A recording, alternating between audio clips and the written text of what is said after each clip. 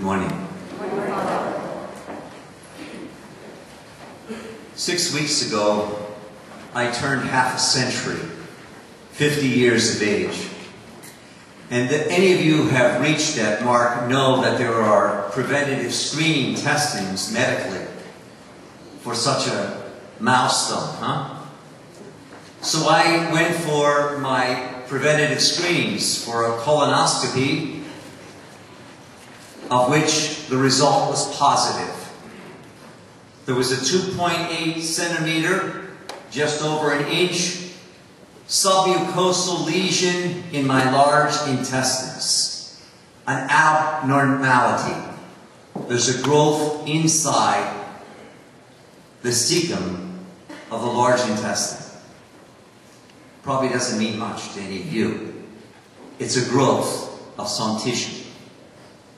So they wanted to get a clear caricature, so I had to drink barium and take a CAT scan for my pelvis and abdomen. Fasting and all. Positive again, strike 2.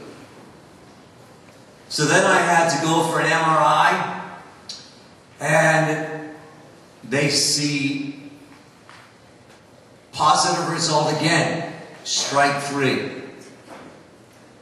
You have to go see a surgeon. So I called a surgeon at Sewickley Hospital, and he said, "Father, can you come in tomorrow and see me?" Blew me off the water. Delightfully, joyful. Now I must confess, I try to keep myself in pretty good health. I was disappointed, I was surprised, and then I was grateful that this doctor didn't reach out to me as a faceless, nameless, anonymous person, but someone who had great concern. In a world that is often dehumanizing, depersonalizing, you're just a diagnosis, or you're just a case and a number. We know what it's like. There's no personal touch. There's no personal presence. There's no real encounter, huh? This doctor said, "Father, it's going to be okay. I'm going to take care of you. You may have had this from birth. We don't know. I'll send it straight to the lab." He said, "Can you come on Tuesday?" I said, "Perfect. Feast of St. Joseph the Worker. I'd be delighted to." He said, "What time do you want, Father?" Now I'm saying, this is really care, huh? But it intensified my trust to take this action, to believe that he was looking for my well-being.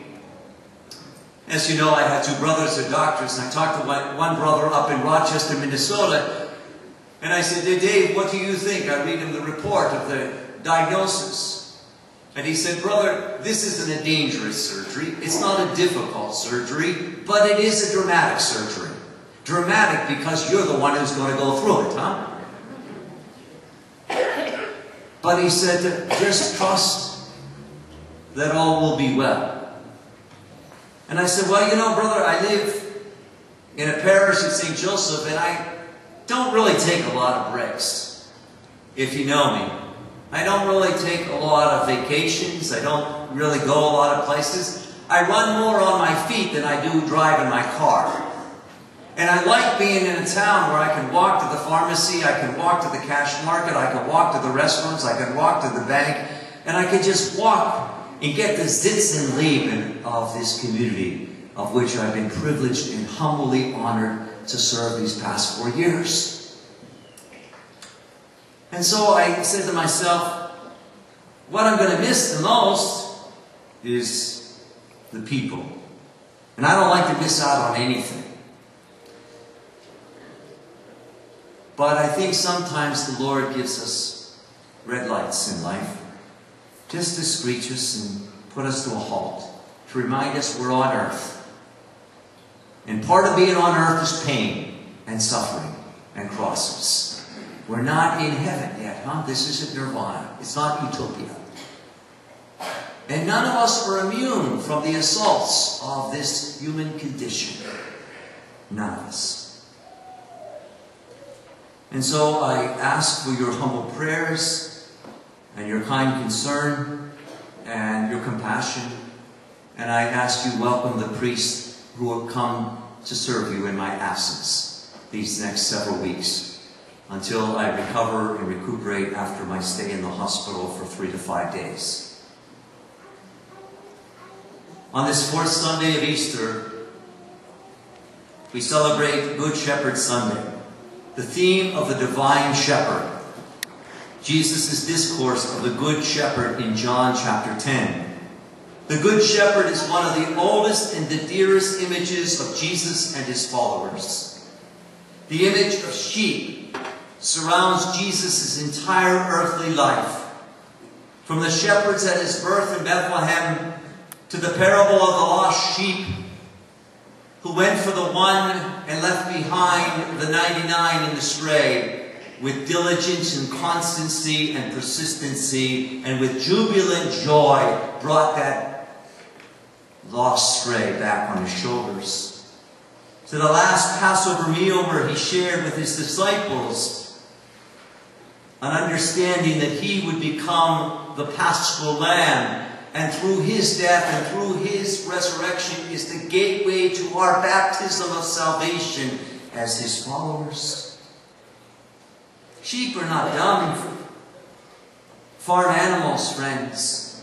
Sheep are programmed to follow and to stay together, so that a predator, when they see a large group of sheep, they're less likely to want to go after them. There was a story in 2005 in a BBC report that said 400 sheep in eastern Turkey had jumped off a cliff to their death, and 1,100 followed them, but they didn't die.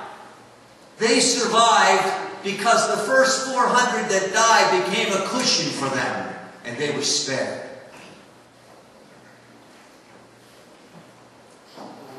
A shepherd protects the sheep. He leads them to water and green pasture. He tends to their wounds. And like a bishop who carries a crozier, a staff, with a hook at the end, if any go too far astray, he pulls them back to his heart. He doesn't want any of them injured by any wild animal, like a wolf. And he even has a slingshot in case of danger. What does the shepherd get in return? He gets wool for garments. He gets skin for leather. He gets milk and meat for food.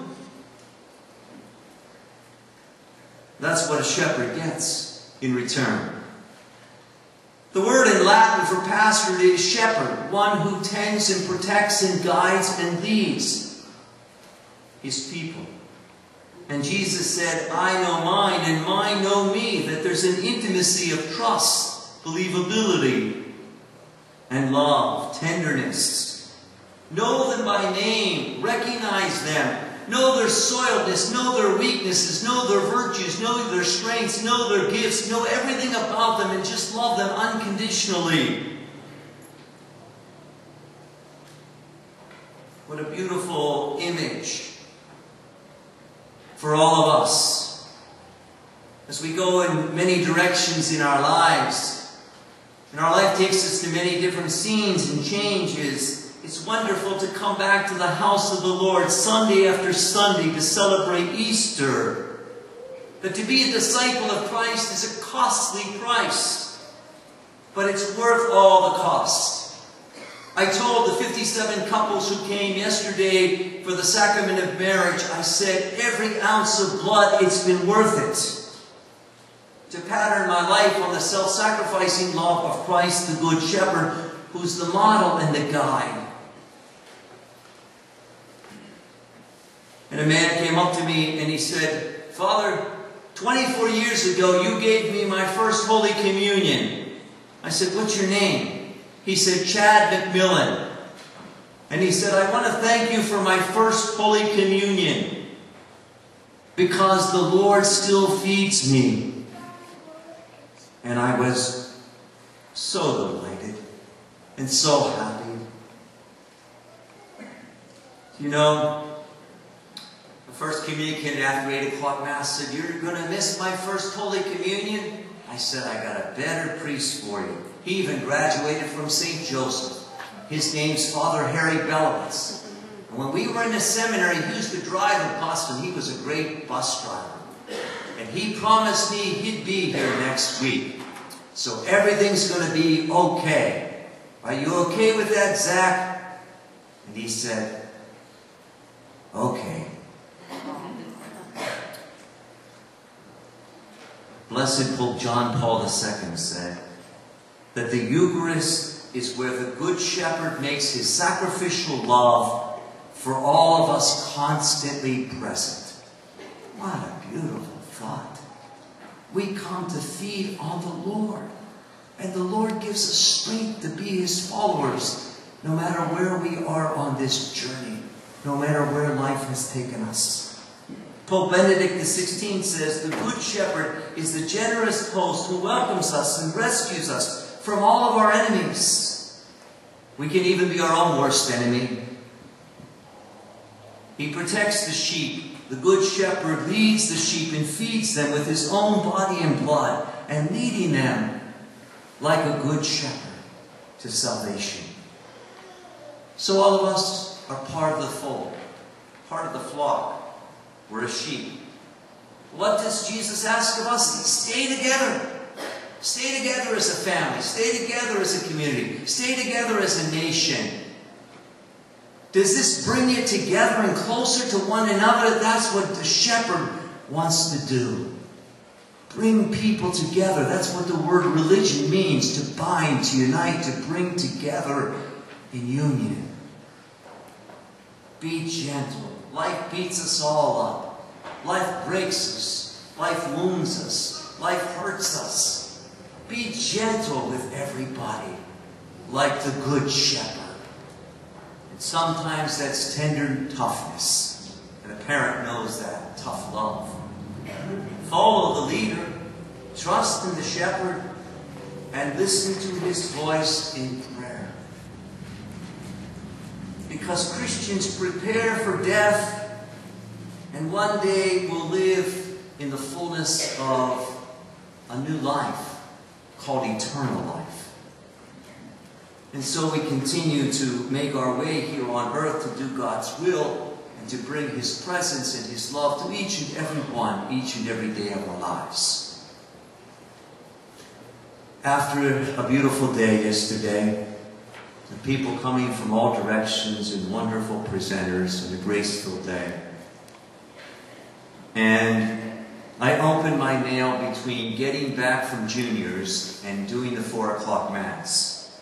And there was a gift from my favorite author, Sister Melannie Svoboda, who's written about 13 or 14 books. It was a gift from her entitled "When the Blue Heron Flies." She lives in Chardon, Ohio. And then I said, maybe this is the silver lining in what I'm going through this week. So last night was getting some sneak previews of her new book that I'm going to take with me to the hospital this week. And this is the poem she writes: "No matter what.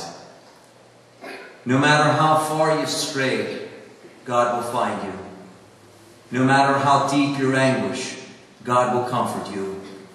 No matter how serious your illness, God will heal you. No matter how grave your sin, God will forgive you. No matter how low you've fallen, God will raise you up. No matter how weak you are, God will give you strength. No matter how stubborn your will, God will urge you forward. No matter how cold your heart, God will warm you. And no matter what, God will keep on loving you."